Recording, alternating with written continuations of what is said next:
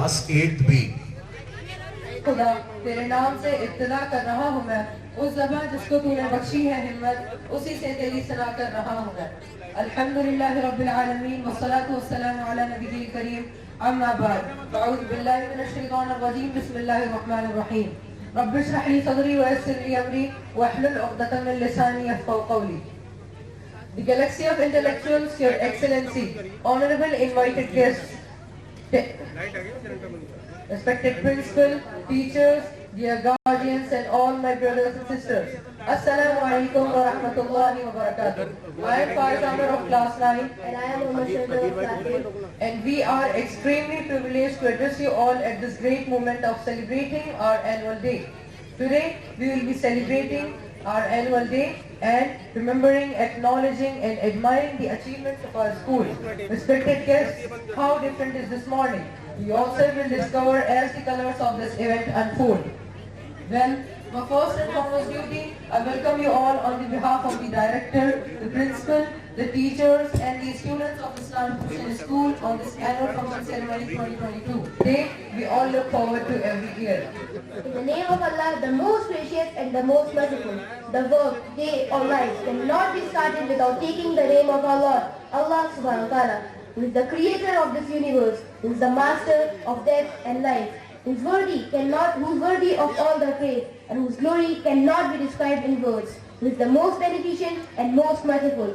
His mercy on us can be described in Holy Quran, Surah Al-Baqarah, ayat number 286.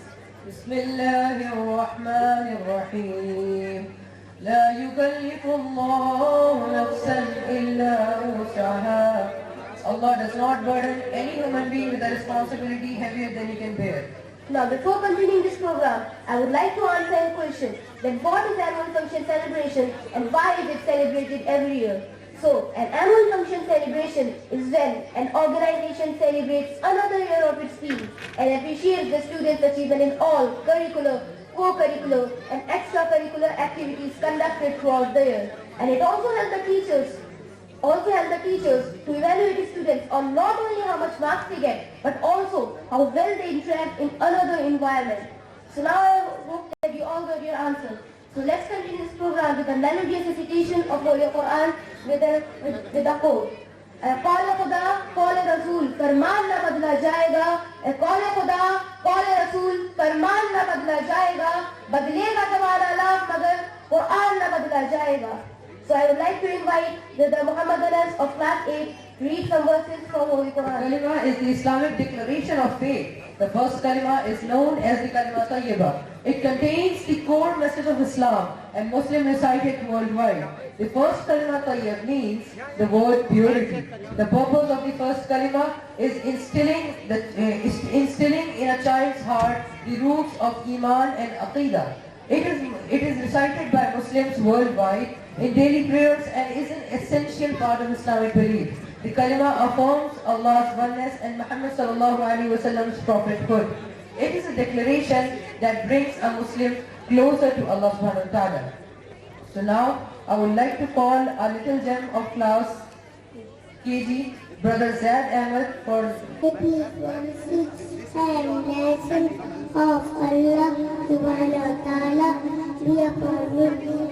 My name is Adam. I am in Nazi class. I am going to recite first word translation. First word to La ilaha illallah Muhammadur Rasulullah. There is no God except Allah and Muhammad sallallahu alayhi wa sallam is the messenger of Allah. Jazakallah. Assalamu alaikum warahmatullahi wabarakatuh. May peace, mercy and blessings of Allah subhanahu wa ta'ala be upon you. My name is Adam. I am in Nazi class. I am going to recite first word translation. First word to La ilaha illallah Muhammadur Rasulullah. There is no God except Allah and Muhammad sallallahu alayhi wa sallam with the messenger of Allah. Jazakallah, assalamu alaikum wa barakatuh. Serve Allah undoubtedly. MashaAllah and Jazakallah Brother Zaid for re-acknowledging us with the recitation of Kalima. The world is full of diamonds and gems, and we are having some of them here today to build this event. So now, I would like to invite the little gem of class KG and first to perform a welcome to Shabira and Aida for reciting dua by looking into the mirror with translation. May these mercy and blessings of Allah subhanahu wa ta'ala be upon you. I am Allah Basit. I am Sayyida Bira. We are in KG class. We are going to recite dua by looking into the mirror with translation. Allahumma anta asranta khalqi wa hassantu. Oh Allah, you have made my face beautiful, then make my character also beautiful. Jazakumullah. Assalamu alaikum wa rahmatullahi wa barakatuh. Alaikum wa rahmatullahi wa barakatuh. May peace, mercy, and blessings of Allah subhanahu wa ta'ala be upon you. My name is Samaraya. My name is Janabihan. We are in the C class. We are going to recite Hadith on mercy. With translation, Hadith on mercy. Ala Rasulullahi sallallahu alayhi wa sallam.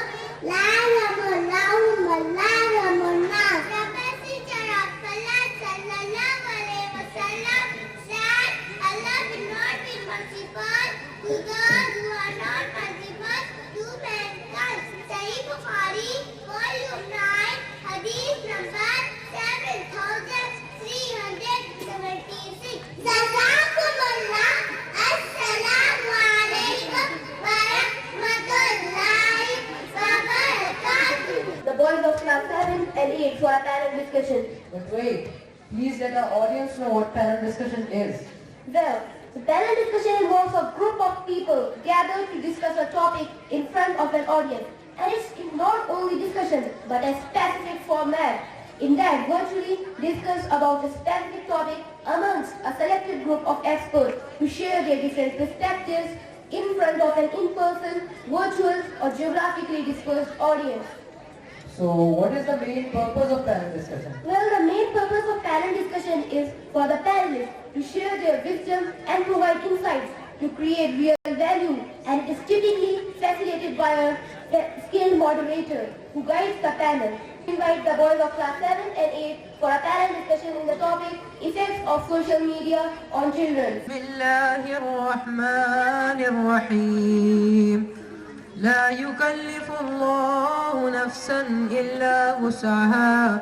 Allah does not burden any human being with a responsibility heavier than he can bear. Now, before starting this program, firstly, I would like to answer in question that what is annual function celebration and why is it celebrated every year? So, an annual function celebration is when an organization celebrates another year of its being, appreciating the students' achievement in all curricular, co-curricular and extracurricular activities conducted throughout the year. And it also helps the teachers to evaluate students on not only how much marks they get, but also how well they interact in another environment. So now I hope that you all got your answer. So let's continue this program with a melodious recitation of Holy Quran by a quote. Ay kaule Khuda, kaule Rasool, farman na badla jayega. Ay kaule Khuda, kaule Rasool, farman na badla jayega. أعوذ بالله من الشيطان الرجيم. بسم الله الرحمن الرحيم.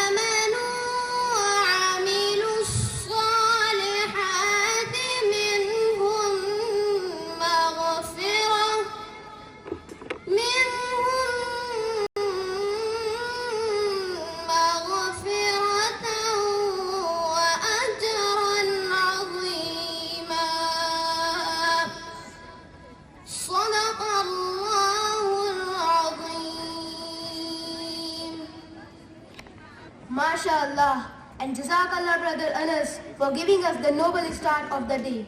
The Holy Quran is the light of heavens. It is full of wisdom and guidance to the correct path. It helps the heart not to be in doubt and the emotions not to be deviated. Kalima is the Islamic declaration of faith. The first kalima is known as the kalima tayyibah. It contains the core message of Islam and Muslim recite it worldwide. The first kalima tayyib means the word purity. The purpose of first kalima is instilling in a child's heart the roots of Iman and Aqidah. It is recited by Muslims worldwide in their daily prayers and is an essential part of Islamic belief. The kalima affirms Allah's oneness and Muhammad sallallahu alaihi wasallam's prophethood. Peace be upon him. It is a declaration of faith that brings a Muslim closer to Allah. So now we would like to call our little lamb of class nursery, Brother Zaid Ahmed, for the recitation of first kalima with translation. Wabarakatuh, may peace, mercy and blessing of Allah subhanahu wa ta'ala be upon you. My name is Zaid Ahmed. I am in Asim. MashaAllah, and Jazakallah brother Zaid for re-acknowledging us with the recitation of the kalima. The world is full of diamonds and gems, and we are having some of them here today to build this event. So now, I would like to invite the little gems of class KG and first to perform a welcome nasheed. A pleasant word to hear and a warm feel when touched. Our little girls of grade 1 coming up next to make all mothers happy. Sallallahu Alaihi Wasallam told us that we must obey Allah and His Messenger at all times. But after that, who else did He tell us to listen to and be close to? Allah. Yes, well done. Who should I give my love to, my respect and my honor to? Who should I pay good mind to after Allah and Rasulullah? Comes your mother. Who next? Your mother. Who next? Your mother. And then your father. 'Cause who used to hold you and clean you and clothe you? Who used to feed you and always be with you when you were sick? Stay up all night, holding you tight. That's right, no other. My mother. I think my mom is amazing. She wakes early in the morning with a smile, and she holds my head up high. Don't you ever let anybody put you down, 'cause you are my little angel. And she makes something more for me to trick, 'cause it's cold out there, she thinks. Then she walks me to school, yes, I ain't no fool. I just think my mommy is amazing. She makes me feel like I can do anything. And when she's with me, there's nowhere else I'd rather be.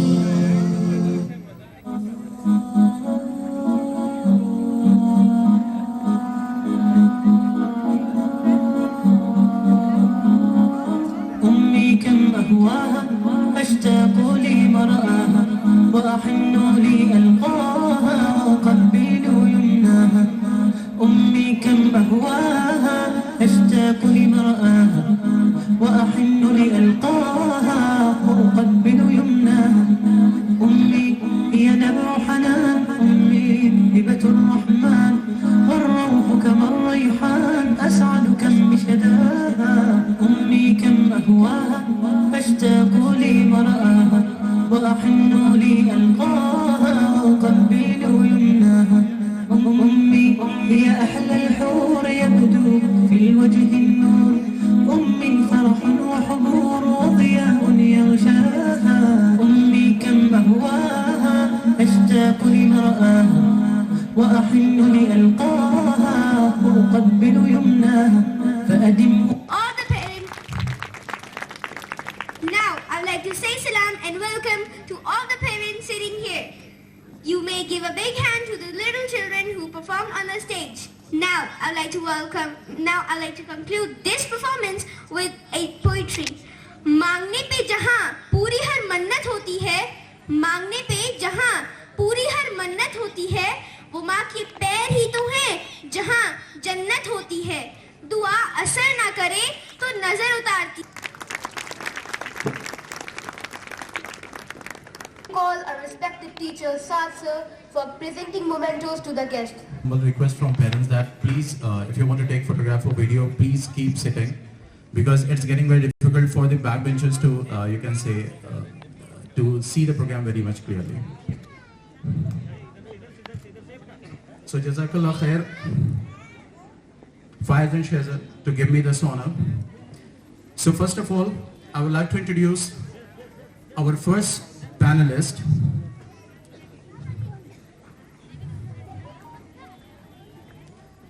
Dr. Muhammad Abid Siddiqui Saab. He is working as professor in Department of Education, AMU. He completed MSc Botany degree from Hindu College, Moradabad. Then he joined Aligarh Muslim University for further education and received B.Ed, M.Ed, M.Phil, PhD education degrees from Department of Education.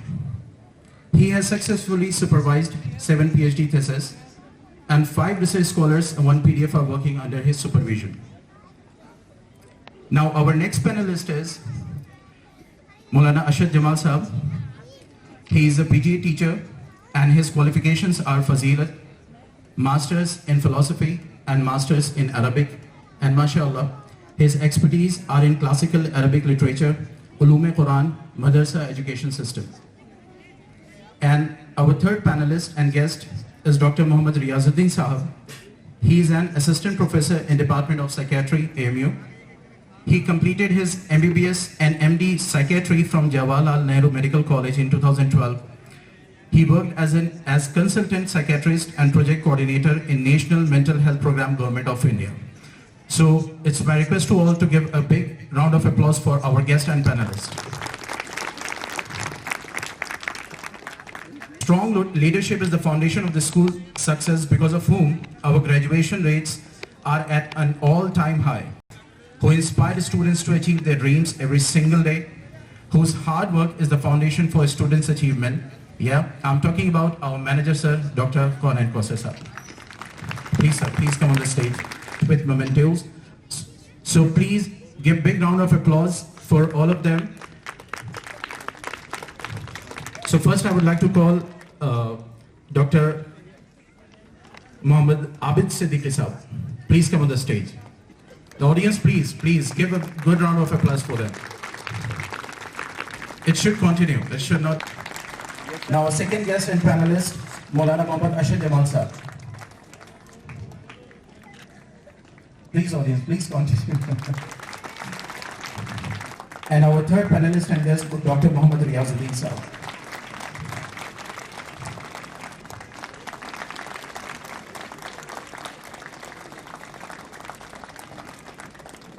Program to Faiz and Shehzad to continue. Jazakallah. Assalamu alaikum.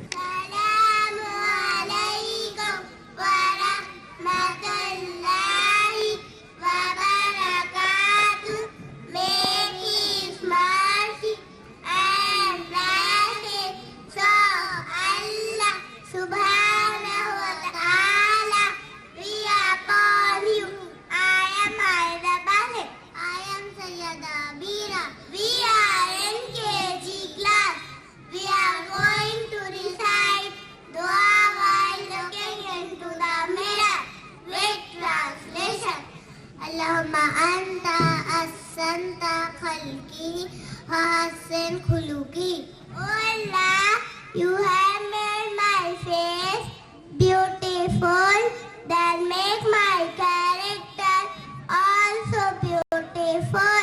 Jazakumullah.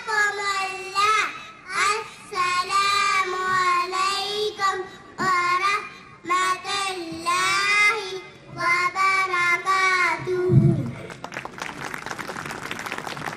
Please let our audience know what panel discussion is. Well, panel discussion involves a group of people gathered together to discuss a topic in front of an audience. It's not only discussion, but a passive format that visually discuss about a specific topic amongst selected group of experts to share different perspective in front of an in-person, virtually or geographically dispersed audience. So, what is the main purpose of panel discussion? Well, the main purpose of panel discussion is for the panelists to discuss some their perspectives and create insights to create a real value, and it's typically facilitated by a skilled panel moderator who guides the panel. Okay, Jazakallah brother. As we all know that social media has become everyone's life part and it can't be ignored. Social media has both positive and negative impact on not only youth but also on elder and children. Let us see some of the impacts of social media through the through the panel discussion of 7 boys. Assalamu alaikum wa rahmatullahi wa barakatuh. We have assembled here to have a panel discussion on the effects of social media on children. First, I would like to introduce my panelists who are Mr. Fayyad Hassan. Assalamu alaikum. Mr. Abdul Rahman. Assalamu alaikum. Mr. Subhan. Assalamu alaikum. And Mr. Ahmad Ali Abdullah. Assalamu alaikum.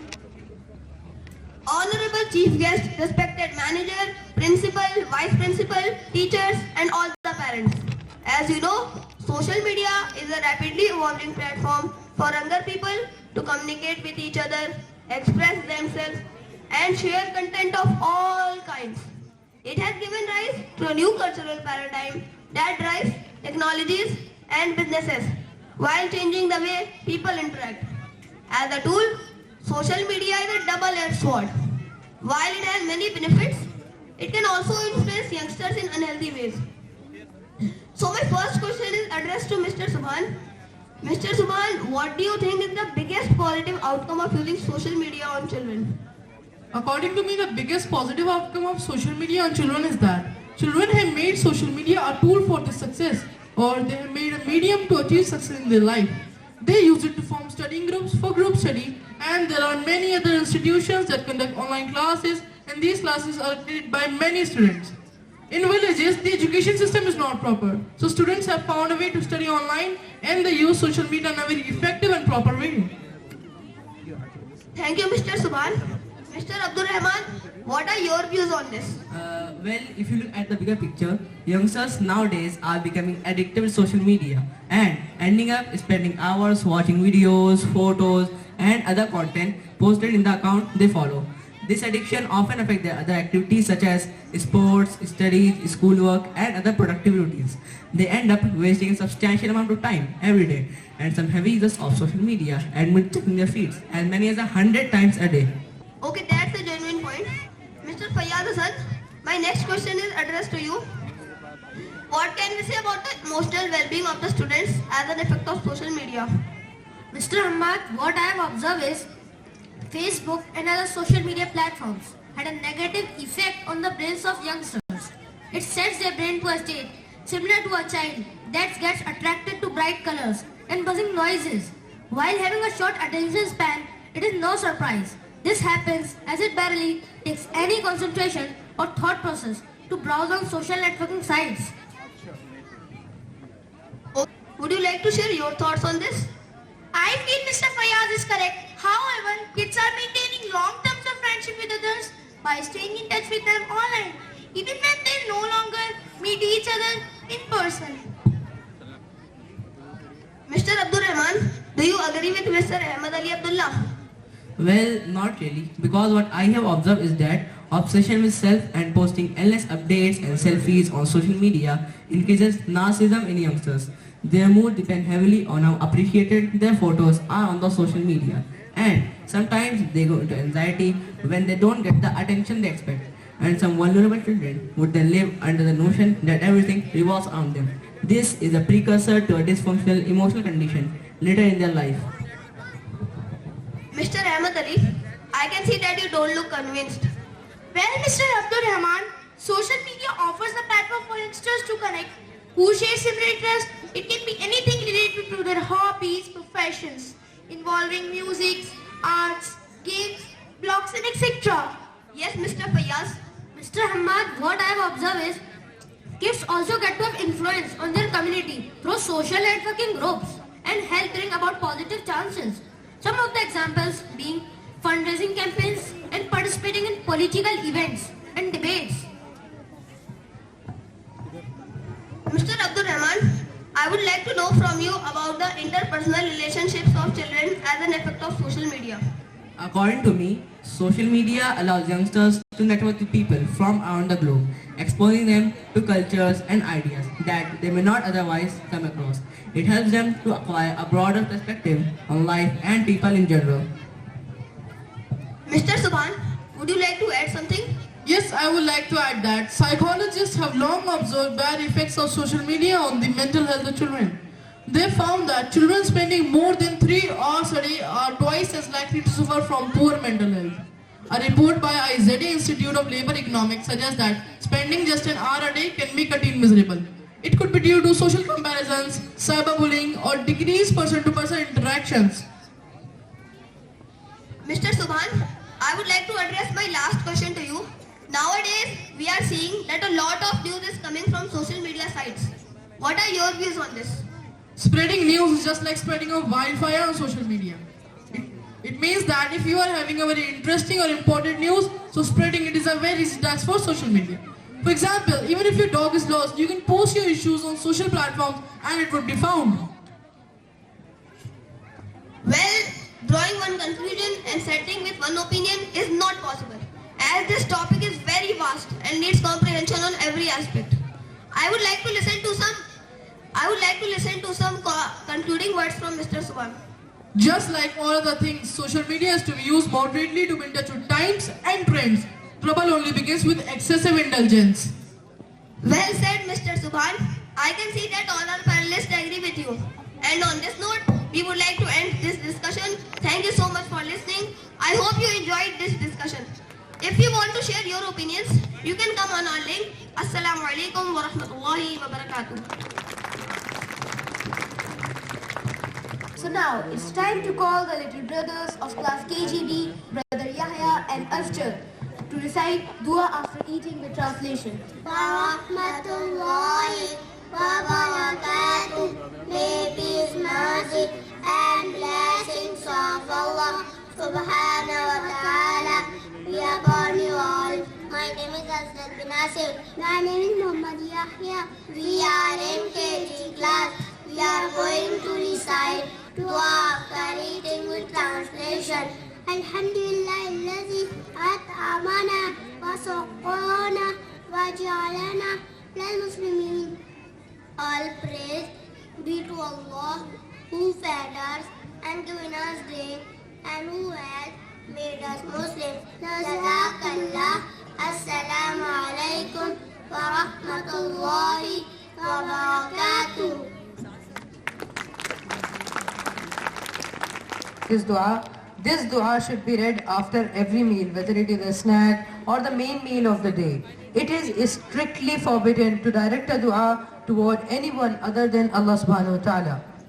So, this morning seems to be unfulfilled without a nasheed. So now, I would like to invite the boys of class 6 and 8, Brother Abdullah Khalid and Huzaifa Umair, for a nasheed recitation with a saying of Allama Iqbal, कि कलम उठता है तो सोचें बदल जाती हैं, एक शख्स की मेहनत से मिल्लतें तश्कील पाती हैं. कि कलम उठता है तो सोचें बदल जाती हैं, एक शख्स की मेहनत से मिल्लतें तश्कील पाती हैं. क्या खूब था वो शख्स जिसने दुनिया को बताया किस तरह गौर व फिक्र से नाकाम कौमें नाम पा. अस्सलामु अलैकुम व रहमतुल्लाहि व बरकातुहू. इल्म वालों की जहां में कितनी आला शान है, कितनी आला शान है. इल्म वालों की जहां में कितनी आला शान है, कितनी आला शान है. जिनकी अज़मत की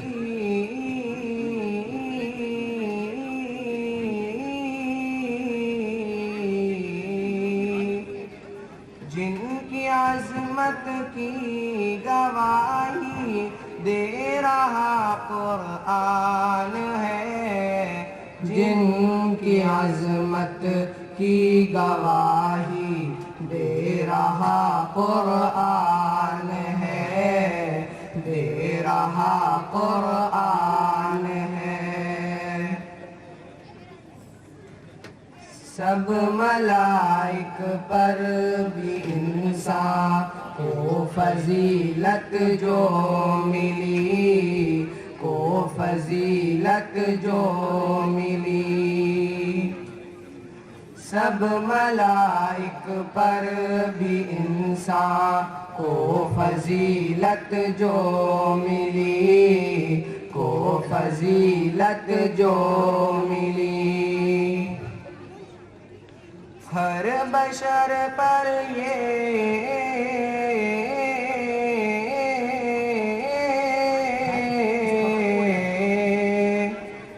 ہر بشر پر یہ سراسر علم کا احسان ہے، ہر بشر پر یہ سراسر علم کا احسان ہے، علم کا احسان ہے۔ حسن کے باعث تو یوسف قید خانے میں گئے، قید خانے میں گئے، حسن کے باعث تو یوسف قید خانے میں گئے، قید خانے میں گئے۔ علم نے ان کو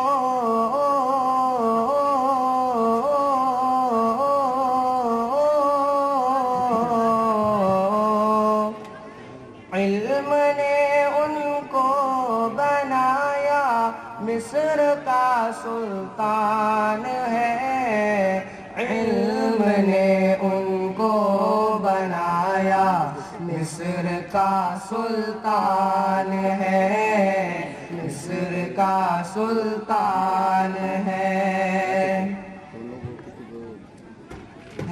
جہالت زندگی میں تیرگی ہی تیرگی، تیرگی ہی تیرگی، ہے جہالت زندگی میں تیرگی ہی تیرگی، تیرگی ہی تیرگی۔ روشنی روشنی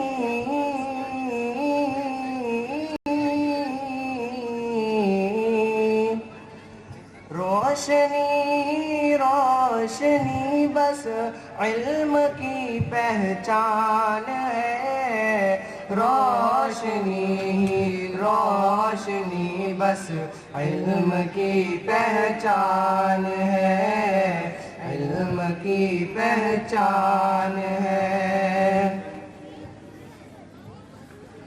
زندگی کی راہ مشکل ہے بہت لیکن سنو، ہے بہت لیکن سنو، زندگی کی راہ مشکل ہے بہت لیکن سنو، ہے بہت لیکن سنو، علم والوں کے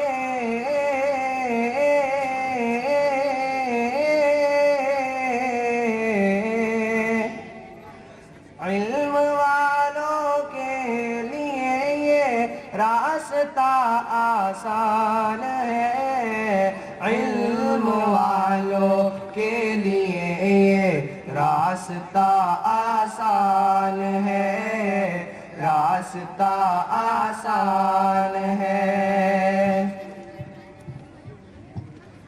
علم کی تحصیل میں گزرے میری یہ زندگی، گزرے میری یہ زندگی، इल्म की तहसील में गुज़रे मेरी ये ज़िंदगी, गुज़रे मेरी ये ज़िंदगी। या इलाही मेरे दिल,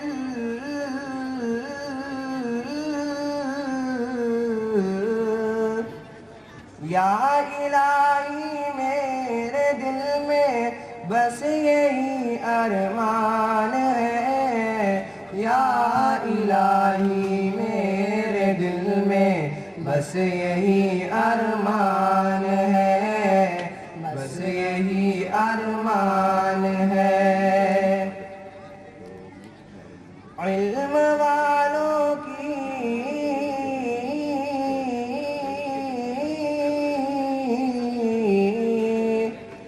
इल्म वालों की जहाँ में कितनी आला शान है, जिनकी अजमत की गवाही दे रहा कुरान है, दे रहा कुरान है।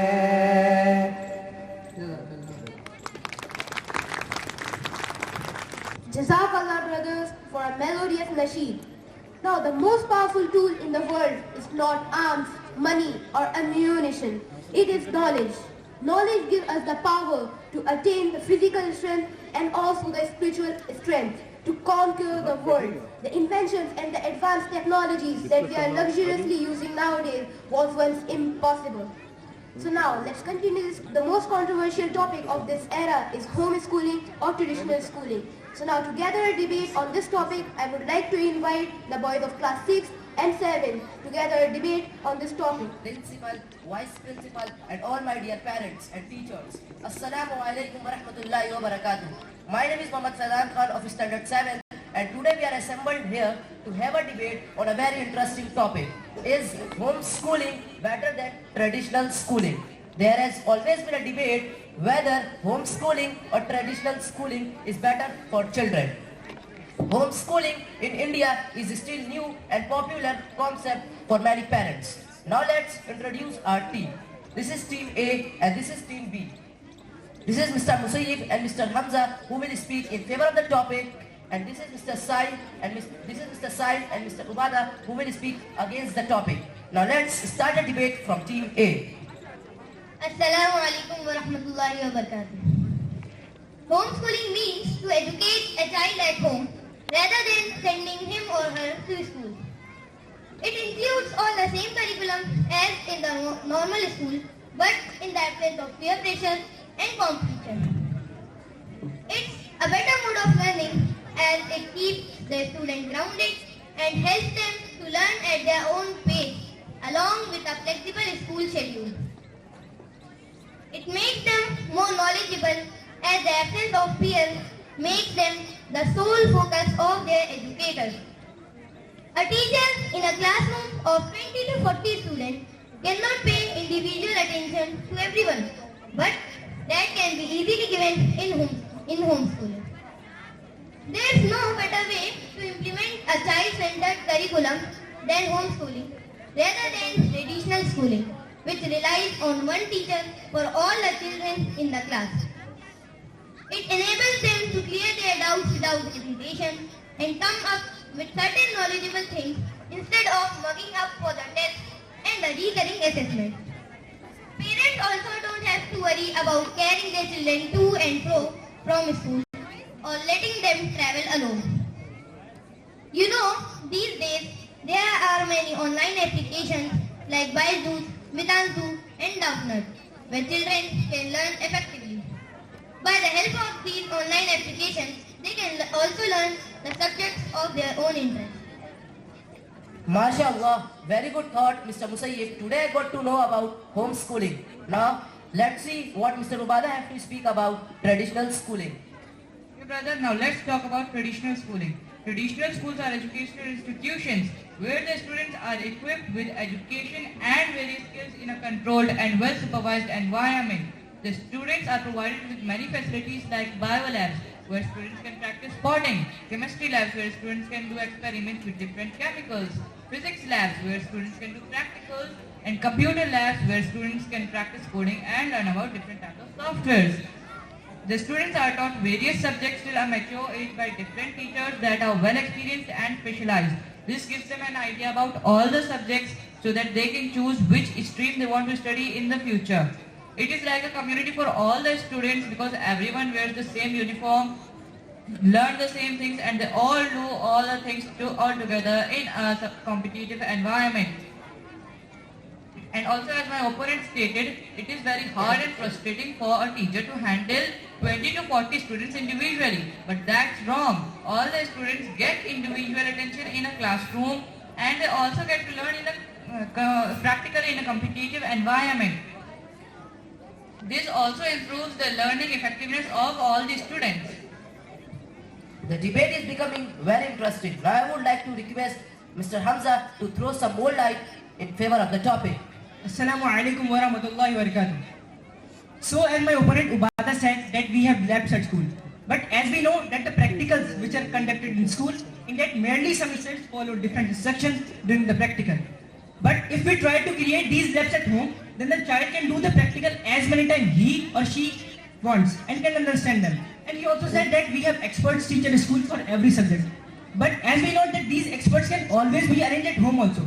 For example, if the child wants to learn physics, then a proper physics teacher can be arranged, and similarly for other subject too. As my opponent stated, I totally disagree from it.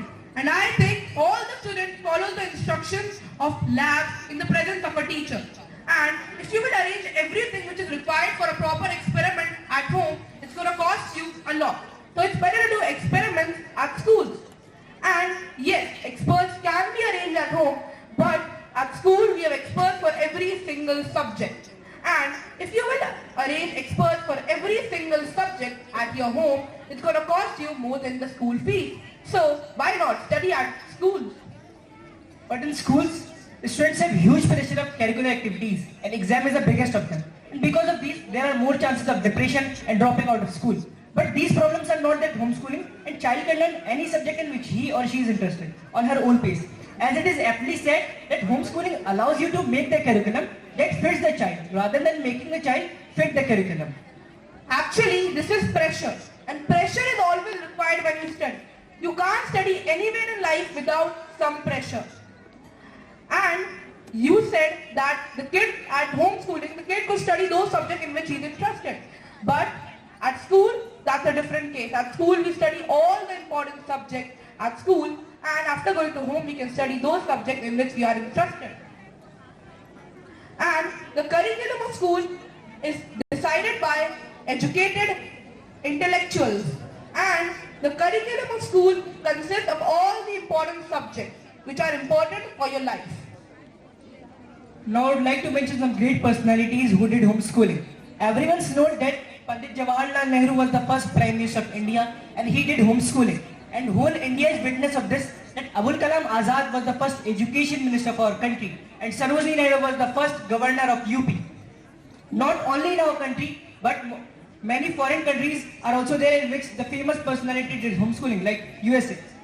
The first president of USA, George Washington, also did homeschooling, and Simon Bolivar is also known as the George Washington of South America, and Abraham Lincoln, 16th President of America, also did homeschooling. Not only in the field of politics, but also in the field of science, many scientists are there who did homeschooling, like Thomas Alva Edison, the inventor of bulb, did homeschooling, and Albert Einstein, the most famous scientist of all the time, did homeschooling. Now I would like to mention a story about Abul Kalam Azad. When he was in Kolkata, he went to a library once, but he was not allowed to enter the library. The librarian asked, "Why don't you allow me to enter the library?" The librarian said that you would not be able to read any book. He said that I can read Hindi, Persian, Sanskrit, Urdu, but still he was not allowed. But as we know that after independence, he was given the post of first education minister of our country. This shows that homeschooling is as effective as traditional schooling. Now I would like to quote Mahatma Gandhi ji to emphasize my point that there is no schools equal to decent home, and there is no teacher equal to virtuous parent. And according to a survey, 20% of UK population is homeschooled. You told me the story of Abul Kalam Azad. I'll tell you the story of a common boy. Because Abul Kalam Azad was not a normal man. He was a great man with a great mind. So it's better to talk about normal people rather than talking about great people. This boy had 5 siblings and 1 mother in his family. All of his siblings, including him, were homeschooled initially. His mother was usually angry and frustrated at them because she had to handle 5 kids alone at home. As a result, the boys only learned basic maths, science and English, and they were not confident enough to face the uninvited challenges of life. Schools provide you with small challenges which are small yet very important. These challenges are like going to the school with your cycle, which makes you independent, working with others, this makes you cooperative, meeting other people confidently, this makes you confident, this teaches you how to meet different kinds of people. You learn life skills at home like modesty, honesty.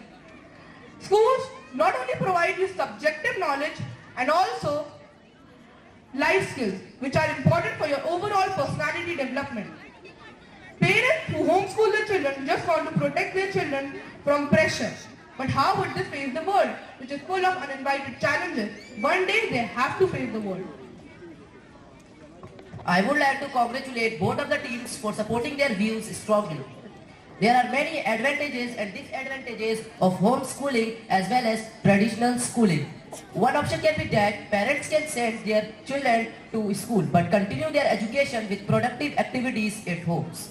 Now it's up to the parents to decide accordingly to the need of their children whether to homeschool them or to send them to schools. Jazakumullahu khair. Assalamu alaikum wa rahmatullahi wa barakatuh. Jazakallah brothers for gathering a debate for us on this most controversial topic of this era. And now, I would like to invite the future gem of IMS, a little one of class pre-nursery, Brother Ghazwan, to perform an English nasheed, but its determination and commitment to an unrelenting pursuit of your goal that will enable you attain the success you seek, a commitment to excellence that will enable you whatever you want. Assalamu alaikum warahmatullahi wabarakatuh. May peace, mercy, and blessings of Allah subhanahu wa ta'ala be upon you. While you are Satya and Bidasi class, I'm going to recite the Great Nasheed. Give thanks to Allah, Babuna Dista, praise all the power, and what was the core of your iman. Don't give it to Satan. Oh, you believe it, thanks to Allah. Allah al-Ghafur, Allah al-Rahim, Allah al-Wahhab, wa-Sani, wa-Khaliquna, wa-Razikuna, wa-Huwa ala kulli shay'in qadir. Allah is Ghafur, Allah is Rahim, Allah is Sabar, who loves the most and He is the creator, He is the sustainer, and He is the one who is the power over us. Jazakumullah. Assalamu alaikum wa rahmatullahi wa barakatuh. MashaAllah, what a joyful recitation that was. May our upcoming gems of IMS grow up with Allah's blessing. As we all know that news channels are running a propaganda right now and raising misinformation and fake news that have the potential to polarize public opinion, to promote violent extremism and hate speech, and ultimately to undermine democracies and reduce trust in democratic processes. To show this, I would like to call the boys of class 7 for funny. Thank you for joining us on the news today. My name is Principal Ibrahim, and today we have a panel discussion on a topic of civil importance. How can India win FIFA World Cup? For this, I would like to introduce three important panelists sitting with us at the moment. Firstly, Mr. Vikram, a very fast bowler. Hello. Hello. I'm very important and I'll call you later. Good morning. Good morning, sir. Please have a seat. And secondly, Mr. Akram Chari, a very good batsman. My name is only Mr. Akram. Sorry, Mr. Akram. Sir, please have a seat. Thank you. And last but not least, Mr. Mr. Jaundice, a very good wicket keeper. Sir, it's Mr. Joseph, sir. Yes. Sorry, Mr. Joseph, a very good wicket keeper. Yes, sir. Please have a seat over there.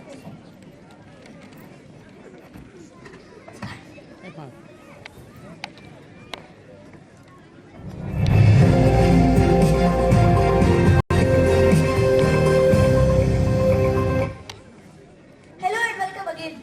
So FIFA, Federation Internationale de Football Organization in French, and in English we call it International Federation Association Football. This year, FIFA World Cup was organized in Qatar and Argentina were in the finals. It went nice and players were also full of zeal and enthusiasm. So before starting, I would like to ask one question. Wait a minute, sir. You will ask later. Let me ask you one thing. The topic is FIFA World Cup, and what I think it's something about football. Yes, sir. So why all the panelists here are cricketers? I mean, I don't understand. What type of panelization is it, sir? Yes, he is right. Sir, on our news channel, we do like this only. If you call football experts, then they will answer correctly. And I know all of you know nothing about football. Yes, sir. Therefore, today in this panel discussion, I'll make all of you football. So beginning with this discussion, my first question to Mr. Vikram. Sir, how do you look football? So what do you think? What is FIFA World Cup? Sir, I think it is a World Cup of Kabaddi. No, sir, it's a World Cup of football. So Mr. Akram, can you throw some light on football?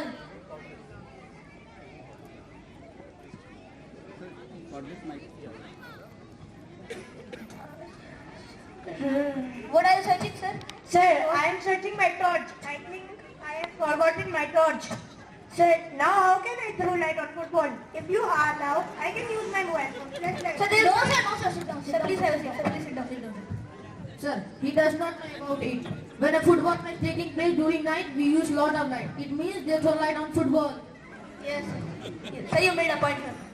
So Mr. Akram, sir, how do you look football? Sir, there is little difference in cricket and football. In cricket, we hit the ball with bat. In football, we hit the ball with foot. In my point of view, our cricket team should be sent to play the FIFA World Cup. Are you sure, sir? I am so very, very sure, sir. Yes, sir, I also agree, sir. Yes, sir, I also agree. So Mr. Akram, sir, what do you think? How can India win FIFA World Cup? Mr. Vikram suggested that our cricket team should be sent to play FIFA. Sir, it's very easy. In football matches, we need 11 players and one football. And all the players will run behind one football. Sir, it's hard to score the goal. So why there is only one football? Yes, sir, he is right. I also don't understand. You look, Brazil and France are poor countries, sir. They can only afford one football to learn. But our country is a rich country, sir. We have a big economy. We can afford 11 football at a stadium. So, can't we? Yes, sir. We can give one football to players. Yes, sir. Of course. How foolish you are? How they can win 11 football? Sir, let me call you foolish. Are you a fool? No, Mr. Vikram is fool. You are fool. You are foolish. Sir, I will beat you. Control your tongue. Mr. Let me call you to control your tongue. How can we tolerate this nonsense?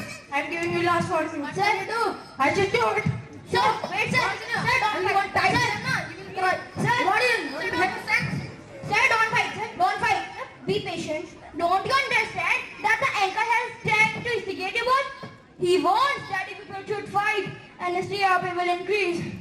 Today all these anchors are doing the same thing for their TRP. They are dividing the people. They are dividing the India. They are spreading hatred. This is their business. Don't fall in their trap. Yes, you are right. He instigated us. Such people are very dangerous. Just for some military benefit,